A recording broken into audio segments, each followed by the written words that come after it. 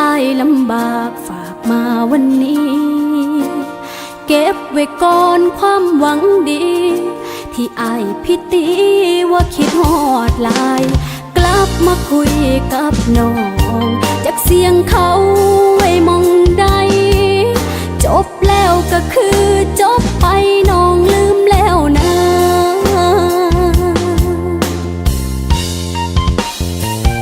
เหตุเพราะปานว่าสิกลับมาได้เหตุเพราะปานว่าสิทิมเขาลงยังมากก็คงเห็นน้องเป็นแค่ของตาย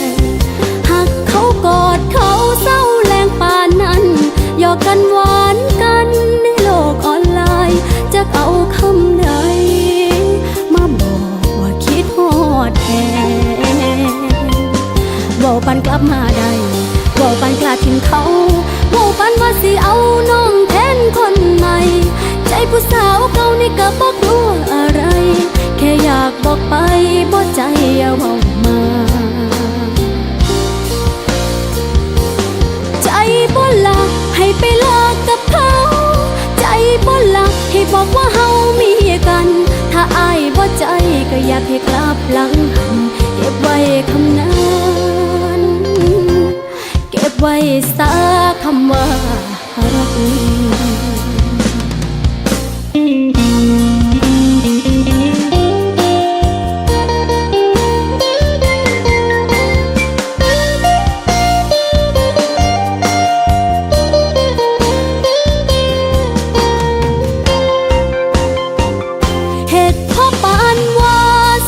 มาได้เหตุเพราะปานว่าสิทิ้งเขาลงยังมากก็คงเห็นน้องเป็นแค่ของตายหากเขากอดเขาเศร้าแรงปานนั้นหยอกกันหวานกันในโลกออนไลน์จะเอาคำใด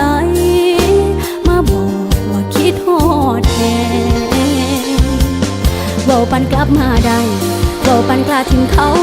เว้าปันว่าสิเอาน้องแทนคนใหม่ใจผู้สาวเก่านี่ก็บ่กลัวอะไรแค่อยากบอกไปบ่ใจอย่าเว้ามา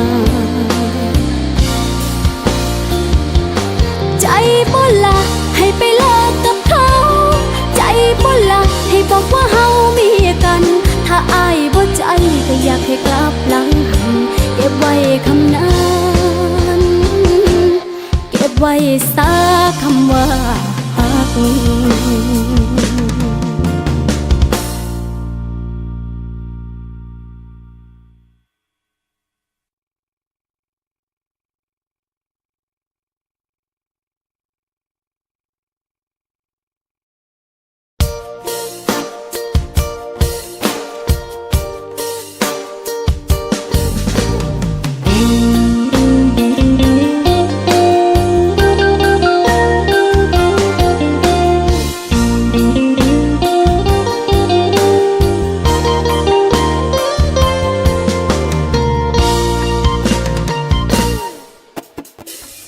ไว้ก่อนความหักที่อายลำบากฝากมาวันนี้